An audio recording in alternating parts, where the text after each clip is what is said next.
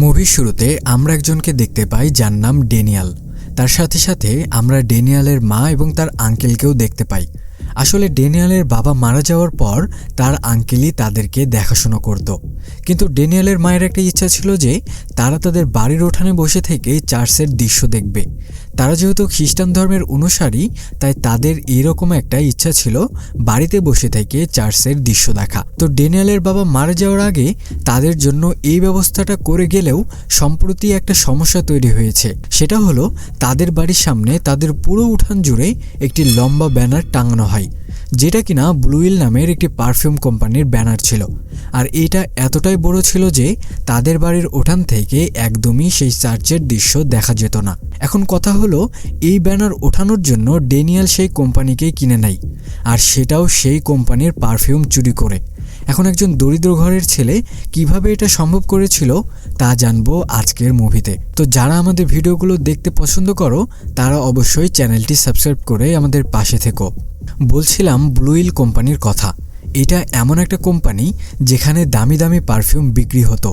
এক একটা পারফিউমের দাম 100 ইউরো, মোটামুটি বাংলাদেশি মুদ্রায় সেটা 16,000 টাকা। তো এখানেই ড্যানিয়েল প্রোডাক্ট চেকিংয়ের কাজ করত, আর তার একটি বন্ধু যার নাম স্কেনিয়া, সেও তার সাথে এখানেই কাজ করে। তবে স্কেনিয়া ডেলিভারির কাজ করত। তো এইভাবে তারা সেখানে ভালোই কাজ করে যাচ্ছিল। ড্যানিয়েল এই কোম্পানিতে কাজ করলেও সেই ব্যানারের জন্য এই কোম্পানির বসের ওপর তার খুব রাগ ছিল। তো একদিন সকালে কাজে আসলে ড্যানিয়েল জানতে পারে কোম্পানির বস হার্ট অ্যাটাক করে মারা গিয়েছে। এতে করে ড্যানিয়েল একটু মনে মনে খুশিও হয়। সে ভেবেছিল এখন হয়তো কোম্পানিটি বন্ধ হয়ে যাবে আর সেই ব্যানারটাও সরাতে পারবে। কিন্তু ড্যানিয়েল জানতে পারে এই কোম্পানি এখন থেকে হ্যান্ডেল করবে তার একমাত্র পুত্র প্যাট্রিক। তো নতুন জয়েন করায় প্যাট্রিকের স্ত্রী সকল কর্মচারীদেরকে একটি করে পারফিউম গিফট করে। ড্যানিয়েল গিফট পেয়ে সে ভাবতে থাকে এত দামি পারফিউম সে কিভাবে ব্যবহার করবে। মানে সে ভাবে পকেটে নেয় 1 টাকা আর সে কিভাবে এই পারফিউম ইউজ করে চলাফেরা করবে। তাই সেই সিদ্ধান্ত নেয় এই পারফিউমটি সে বিক্রি করে দিবে অনলাইনে। তাই 500 ইউরো দিয়ে সেটা সে অনলাইনে পোস্ট করে।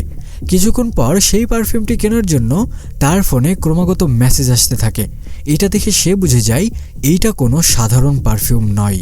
পরের দিন কাজ করার সময় তার মাথায় বুদ্ধি আসে যে সে এখান থেকে পারফিউম সরিয়ে রাখবে। তো এই ব্যাপারে তার বন্ধু স্কেনিয়াকে বললে সে এই কাজ করতে রাজি হয় না, কিন্তু একটা পর্যায়ে সে ঠিকই রাজি হয়ে যায়। এরপর ড্যানিয়েল পারফিউম চেকিংয়ের সময় কয়েকটা পারফিউম সে একটি বক্সে সরিয়ে রাখে। চিপ নামের একজন আছে, তাকে সে ভুলিয়ে ভালিয়ে ময়লা নেওয়ার গাড়িতে করে ময়লাগুলো পার করছিল। কিন্তু সে যখন ময়লা নিয়ে যাচ্ছিল তখন সেখানকার একজন গার্ড, যে রীতিমতো অফিস থেকে বের হওয়ার সময় ড্যানিয়েলকে চেক করে, সে তার কাছে কিছুই পায় না। একটু সামনে যেয়ে ড্যানিয়েল একটি বক্স স্কেনিয়াকে দিয়ে দেয়। এর মানে হলো সে ওই বক্সটি এই ময়লা ক্যারি করার গাড়িতে লুকিয়ে রেখেছিল, যার কারণে তার কাছে কিছু পাওয়া যায়নি। আর স্কেনিয়া সেই বক্স তার ব্যাগে ভরে অফিস থেকে বের হয়ে যায়। আর প্রতিদিন তারা এইভাবে পারফিউম পাচার করত। তবে 2-1টা সরানোর কারণে কোম্পানিতে খুব একটা অসুবিধা হতো না। আর এইভাবে তারা 6 মাসের মধ্যে 1000 পারফিউম বিক্রি করে ফেলে। এভাবে কাজ করাটা তাদের জন্য খুব ভালোই হচ্ছিল। ড্যানিয়েল তার মা এবং আঙ্কেলকেও টাকা দিত, তারাও একটু অবাক হতো এই বিষয়টি নিয়ে। একদিন ড্যানিয়েল স্কেনিয়াকে নিয়ে একটি নাইট ক্লাবে যায়। সেখানে একজন মেয়েকে ড্যানিয়েল ফ্লার্ট করতে থাকে। সে বলে আমি অমুক তমুক এটা সেটা এইসব বলে মেয়েটিকে ড্যানিয়েল কনভিন্স করার চেষ্টা করে, এবং সে যে পারফিউম অনলাইনে বিক্রি করে সেটাও তাকে বলে। কিন্তু কোন কোম্পানির পারফিউম বিক্রি করে সেটা ড্যানিয়েল ওই মেয়েটিকে বলে না, শুধু বলে আমি যেই কোম্পানিতে কাজ করি সেই কোম্পানির পারফিউম আমি অনলাইনে বিক্রি করি, ব্যাস এতটুকুই। ড্যানিয়েল মেয়েটিকে ডিনারের জন্য বললে সে কিছুতেই রাজি হয় না। এদিকে সকালে ড্যানিয়েল তার ল্যাপটপ ওপেন করলে তার বাড়িতে তখন পুলিশ চলে আসে। সে তাড়াতাড়ি করে তার ল্যাপটপটি লুকিয়ে নিচে চলে আসে তাদের সাথে দেখা করার জন্য। পুলিশ তাকে জিজ্ঞাসা করে তোমার কাছে কোনো ল্যাপটপ কম্পিউটার এইসব আছে কিনা। সে জানায় জি না, আমার কাছে এইসব কিছুই নেই। পুলিশ তাকে অনলাইনে পারফিউম বিক্রির কথা জিজ্ঞাসা করলে সে জানায় কোম্পানির নতুন বস সব এমপ্লয়ীদেরকে একটি করে পারফিউম গিফট করেছিল, আর সেটাই আমি ডিসকাউন্টে বিক্রি করে দিই, কারণ আমার টাকার প্রয়োজন ছিল।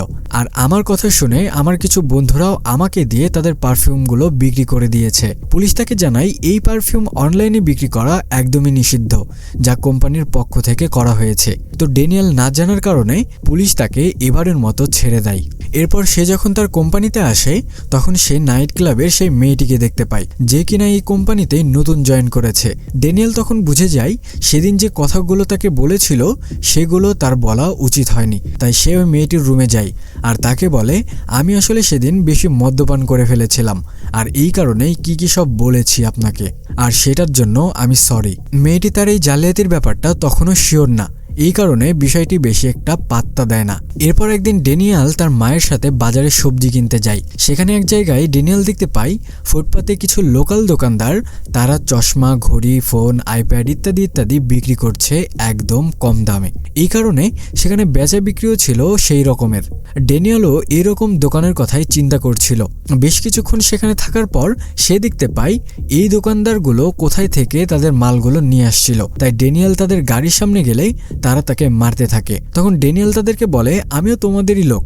এরপর সে তাদেরকে সবকিছু খুলে বলে। ড্যানিয়েল জানায়, আমার কাছে কিছু দামি পারফিউম আছে, আমি তোমাদেরকে সেগুলো দিব, তোমরা সেগুলো কম দামে বিক্রি করে দিবে। তখন তারাও রাজি হয়ে যায়। ঠিক আগের মতোই ড্যানিয়েল ময়লা পার করার সময় পারফিউমের বক্স স্কেনিয়াকে দিয়ে দেয় আর সেগুলো তারা বাজারে নিয়ে এসে বিক্রি করে। এতে করে তাকে আর অনলাইনে বিক্রি করতে হয় না। এইভাবে ড্যানিয়েল অনেক টাকার মালিক হয়ে যায়। সে লাক্সারিয়াস ভাবে তার জীবনযাপন শুরু করে। একদিন তার এই বিষয়টি চিপ ধরে ফেলে আর তাদের কাছে তাদের এই কাজের জন্য শেয়ার দাবি করে। আসলে সে একজন লোভী মানুষ ছিল। সে জানায় তারা যদি তাদেরকে শেয়ার না দেয় তাহলে এইসব কথা বসকে জানিয়ে দিবে। ড্যানিয়েল রাজি হয় না। রাতে তাকে টাকার লোভ দেখিয়ে বাইরে বের করে নিয়ে আসে। এরপর তাকে মেরে তার পা ভেঙে দেয় আর এমনভাবে ভেঙে দেয় যাতে করে আগামী 6 মাস সে আর কোম্পানিতে যেন যেতে না পারে। এরপর ড্যানিয়েল তার হাতে থাকা ঘড়িটিও খুলে নেয় আর বলে আসে, বেশি বাড়াবাড়ি করলে ওয়ার্কারদেরকে যে তুমি কম টাকা দাও সেটাও বসের কানে চলে যাবে। এই বলে তারা সেখান থেকে বেরিয়ে আসে। একদিন অফিসে মিটিংয়ের সময় সেই মেয়েটি, যার নাম ভার্জিনিয়া, সে বলে, আমাদের কিছু প্রোডাক্ট আছে যেগুলো কোনো রকম চেকিং করা হচ্ছে না, সেগুলো কতটা আছে, কত টাকার আছে সেই হিসেব রাখা হচ্ছে না। তারা এই বিষয়টি কেউই তেমন একটা গুরুত্ব দেয় না, কারণ তাদের হিসেব হচ্ছে বিলিয়ন ট্রিলিয়ন। এখানে 2-10 লাখ টাকার হিসেব তাদের কাছে কোনো ব্যাপার ছিল না। রাতে যখন পেট্রিক তার ওয়াইফের সাথে কথা বলছিল তখন তার ওয়াইফ তাকে বলে এই কোম্পানিটি নার্গিওলাসের কাছে বিক্রি করে দেওয়ার জন্য, তাতে তারা অনেক টাকার মালিক হতে পারবে। আর সেই কোম্পানিটি বিক্রি করার জন্য পেট্রিককে তার ওয়াইফ একটু জোর জবরদস্তি করে। আর কি জন্য তার স্ত্রী এই কোম্পানিটিকে বিক্রি করতে চায় তা আমরা পরেই জানতে পারবো। পরের দিন ড্যানিয়েল কোম্পানিতে গেলে দেখতে পাই সেখানে লেজার স্ক্যানার লাগানো হয়েছে।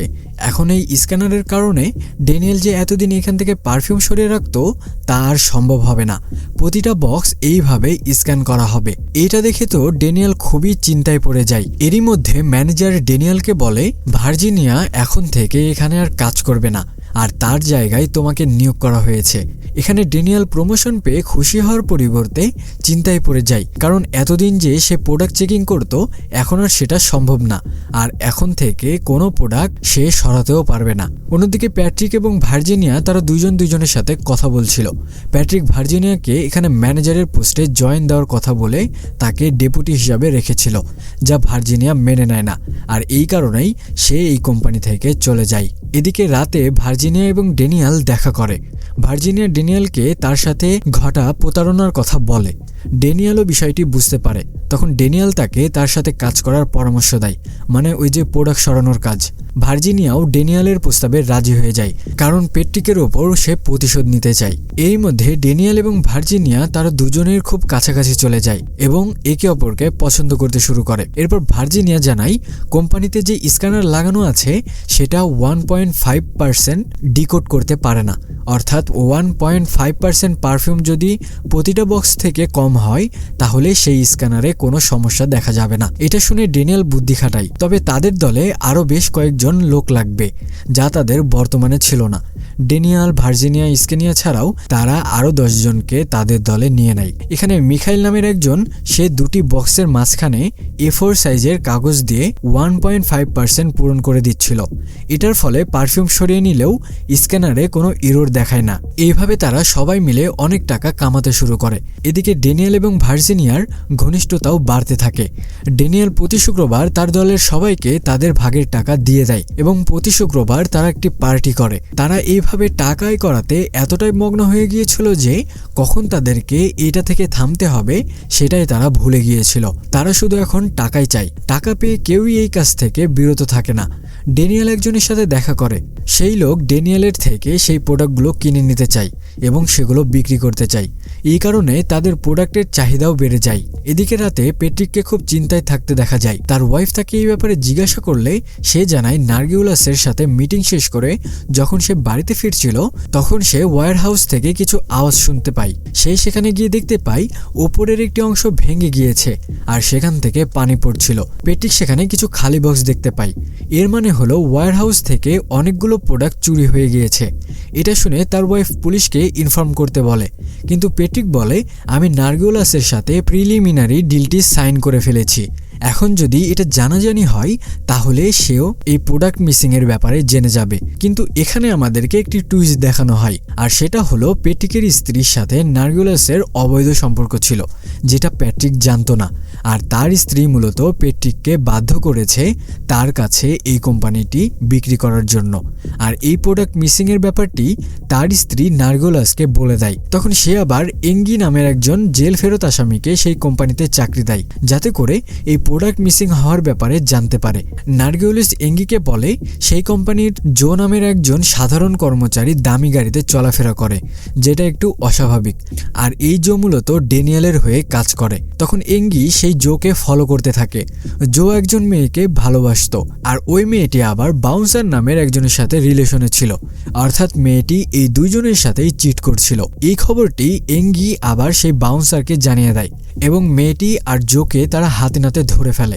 এরপর জো এবং বাউন্সারের মধ্যে মারপিট হয় এবং বাউন্সার জোয়ের পা ভেঙে দেয়। এদিকে এই খবর ড্যানিয়েল জানতে পারলে সে খুবই চিন্তায় পড়ে যায়, কারণ তাদের মধ্যে একজন যদি অনুপস্থিত থাকে তাহলে তাদের কাজটা ঠিকমতো হবে না, কারণ সবার কাজগুলো ড্যানিয়েল ভাগ ভাগ করে দিয়েছিল।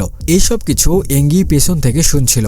তখন উপায় না পেয়ে ড্যানিয়েল সেই এঙ্গিকেই তাদের সাথে যোগ দিতে বলে। সেও কোনো কথাই ছাড়া রাজি হয়ে যায়।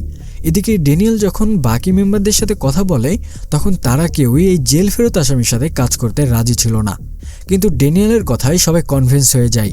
এরপর আমরা প্যাট্রিক এবং ভার্জিনিয়াকে দেখতে পাই।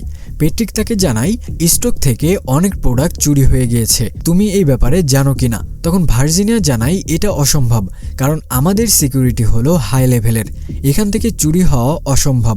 প্যাট্রিক বলে এটা কোম্পানির মধ্যেই কেউ করেছে। প্যাট্রিক তাকে অফার দেয় যে যদি তুমি এই চুরির রহস্য বের করতে পারো এবং কে বা কারা এর সাথে জড়িত আছে এটা খুঁজে দিতে পারো, তাহলে এবার তোমাকে সত্যি সত্যি ম্যানেজার পোস্টটি দেওয়া হবে। এখন ভার্জিনিয়া বেশ চিন্তায় পড়ে যায়, কারণ সেও তো এই চুরির সাথেই জড়িত। তো এই ব্যাপারে ভার্জিনিয়া ড্যানিয়েলের সাথে কথা বলে।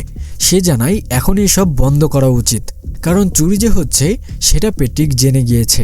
কিন্তু প্যাট্রিক এই ব্যাপারটির কোনো গুরুত্ব দেয় না, কারণ তার অনেক টাকার প্রয়োজন ছিল। টাকার নেশায় সে একদম মগ্ন হয়ে গিয়েছে। এই সব কিছু এঙ্গি ফলো করছিল। ভার্জিনিয়া তাকে অনেক বোঝানোর চেষ্টা করে, কিন্তু সে কোনোভাবেই এই চুরি থামাতে চায় না। ভার্জিনিয়া ড্যানিয়েলকে বলে আগামী সপ্তাহে কোম্পানিতে নতুন সিকিউরিটি সিস্টেম আসতে চলেছে, তাই এখনই এইসব বন্ধ না করলে সবাইকেই জেলে যেতে হবে। আর সেও এই কাজ আর করবে না বলে সেখান থেকে চলে যায়। এদিকে এঙ্গি যা যা সে জানতে পেরেছে তার সবকিছু এঙ্গি নার্গিউলাসকে জানিয়ে দেয়। নার্গিউলাস তার উপর খুব রেগেছিল, কারণ সে চুরির রহস্য বের করতে অনেক দেরি করে ফেলেছে। সে বলে যত তাড়াতাড়ি সম্ভব এই চুরির মেন চোরকে হাতে নাতে ধরে দেখাও। এই নিয়ে তাদের মধ্যেও একটু কথা কাটাকাটি হয়। তখন এই লোক আবার নার্গিউলাসকে ব্ল্যাকমেল করতে থাকে। সে তার ফোন ট্র্যাক করে একটি লোকেশনে চলে আসে। সেখানে প্যাট্রিকের স্ত্রী এবং নার্গিউলাসকে অপ্রীতিকর অবস্থায় দেখতে পায়। সে তখন সেগুলো ভিডিও করে রাখে। এরপর এঙ্গি ভয়েস চেঞ্জ করে প্যাট্রিককে ফোন করে। সে বলে আমি জানি কে বা কারা এই চুরির সাথে জড়িত, তুমি যদি আমাকে 10,000 ইউরো দাও তাহলে তোমাকে আমি সব তথ্যগুলো দিব। এখন প্যাট্রিকের বিশ্বাস অর্জনের জন্য তার স্ত্রীর সেই ভিডিওটি প্যাট্রিককে দিয়ে দেয়। এটা দেখে প্যাট্রিকও খুব আপসেট হয়ে পড়ে। এদিকে ড্যানিয়েলের ফোনেও কেউ কল দেয়। আর এখানেই রয়েছে আরেকটি টুইস্ট, যেটা আমি একটু পরে বলছি। এরপর ড্যানিয়েল তার সব মেম্বারদের সাথে দেখা করে এবং বলে আমাদের এই চুরির ব্যাপারটি এখন জানাজানি হয়ে গিয়েছে, কিন্তু তাদের কাউকেই এখনো আইডেন্টিফাই করতে পারেনি। ড্যানিয়েল বলে আমরা আর এইভাবে চুরি করব না, সামনের সপ্তাহে 38 মিলিয়ন মাল 2টি ট্রাকে প্যারিসে পাঠানো হবে, আর সেই মাল আমরা রাস্তাতেই ডাকাতি করব এবং মালগুলো তারা সিক্রেট হাউসে নিয়ে যাবে। তো এইসব কিছুর প্ল্যান এঙ্গি আবার পেট্রিককে জানিয়ে দেয়। এই মাল আবার এখন পেট্রিকের হয়ে কাজ করা শুরু করেছে। তো সেই দিন আসে যেদিন 38 মিলিয়ন মাল নিয়ে প্যারিসে যাওয়া হবে। রাস্তাতে একটি পেট্রোল পাম্পে তারা সেই 2টি ট্রাক ডাকাতি করে নেয়, আর সেই মাল নিয়ে তারা তাদের স্টক হাউসের দিকে যায়। কিন্তু তাদের সব মেম্বারদেরকে পাওয়া গেলেও কেন জানি এঙ্গিকে তারা খুঁজে পায় না, তাই তারা তাকে রেখে রওনা হয়ে যায়। এদিকে এঙ্গি সেই মালের গাড়ির মধ্যে লুকিয়েছিল। তখন সে পেট্রিককে ফোন করে এবং জানায় আমি একটি ট্রাকের মধ্যে লুকিয়ে আছি, আর সেই সিক্রেট হাউসে গেলেই সেই সব মালের খবর আমি পেয়ে যাব। তবে আমি যেই 10,000 ইউরো তোমার কাছ থেকে চেয়েছিলাম সেটার পরিমাণ এখন বাড়াতে হবে, কারণ এই কাজটি অনেক রিস্কের। তখন পেট্রিক জানায় প্রমাণ ছাড়া আমি তোমাকে কোনো টাকাই দিতে পারবো না। এদিকে তারা তাদের সিক্রেট হাউসে চলে আসে আর তাদের মালগুলো সেখানে স্টক করে রাখে। তখন ড্যানিয়েল সেখানে পেট্রিককে ফোন করে, কিন্তু সেখানে কোনো নেটওয়ার্ক ছিল না। আর কেন করে সেটা আমরা একটু পরে জানতে পারবো। একটু পর তারা সেখান থেকে চলে যায়। এদিকে ঝোপের আড়ালে বসে এঙ্গি সবকিছু লক্ষ্য রাখছিল। ড্যানিয়েলরা চলে যাওয়ার পর এঙ্গি সেই স্টক রুমে ঢুকে পড়ে আর কিছু ছবিও তুলে নেয়, কিন্তু নেটওয়ার্ক না থাকার কারণে সেই ছবিগুলো পেট্রিকের কাছে যাচ্ছিল না। এই কারণে সে বাইরে আসে নেটওয়ার্কের জন্য, কিন্তু রাস্তাতে হঠাৎ লাইট জ্বলে ওঠে আর দেখা যায় ড্যানিয়েল তার দিকে তেড়ে আসছিল। তখন এঙ্গি বাঁচার জন্য তার ফোনটি ফেলেই সে দৌড়ে পালিয়ে যায়। ড্যানিয়েলরা সেই ফোন থেকে জানতে পারে এই সব খবর তাদের বসকে সে জানিয়ে দেওয়ার চেষ্টা করছিল, আর নেটওয়ার্কের সমস্যার কারণে সে ওই প্রুফগুলো পেট্রিককে পাঠাতে পারেনি। এবং এই কাজের জন্য এঙ্গি পেট্রিকের থেকে $2 মিলিয়ন দাবি করেছিল। এরপর সিন শিফট হয় এবং নার্গিওলাস এবং তার দলবল আসে সেই কোম্পানির স্টক চেক করার জন্য এবং দেখার চেষ্টা করে সেখানে কোনো প্রোডাক্ট মিসিং আছে কিনা। কিন্তু নার্গিওলাস জানতো যে এই কোম্পানিতে প্রোডাক্ট মিসিং আছে, আর এটাতে সে একটু বেশি খুশি ছিল, কারণ মিসিং এর ব্যাপারটি জানতে পারলে সে এই কোম্পানিটি অর্ধেকের কম টাকাতে কিনে নিতে পারবে। একটু পর নার্গিওলাসকে জানানো হয় সবকিছু ঠিকঠাক আছে, একটা প্রোডাক্টও মিসিং নেই। এটা শুনে নার্গিওলাস খুব অবাক হয় এবং তাদেরকে আবারও জিজ্ঞাসা করে যে সত্যিই কি কোনো প্রোডাক্ট মিসিং নেই। তারা জানায় জি না। এটা শুনে পেট্রিক একটি রহস্যময় হাসি দেয়। আর প্রোডাক্ট তো এখানে মিসিং ছিলই, কিন্তু কিভাবে তারা এই মিসিং প্রোডাক্টগুলো ফুল করেছে সেটাই হলো এই মুভির মেন টুইস্ট। সেটা দেখার আগে তোমাদেরকে বলতে চাই এতদূর পর্যন্ত যারা এসেছো তাদেরকে অনেক ধন্যবাদ। আর মুভিটি যদি ভালো লাগে তাহলে একটা সাবস্ক্রাইব করে দিও। তো সেদিন রাতে ড্যানিয়েলকে ফোন করেছিল পেট্রিক এবং তাকে দেখা করতে বলেছিল।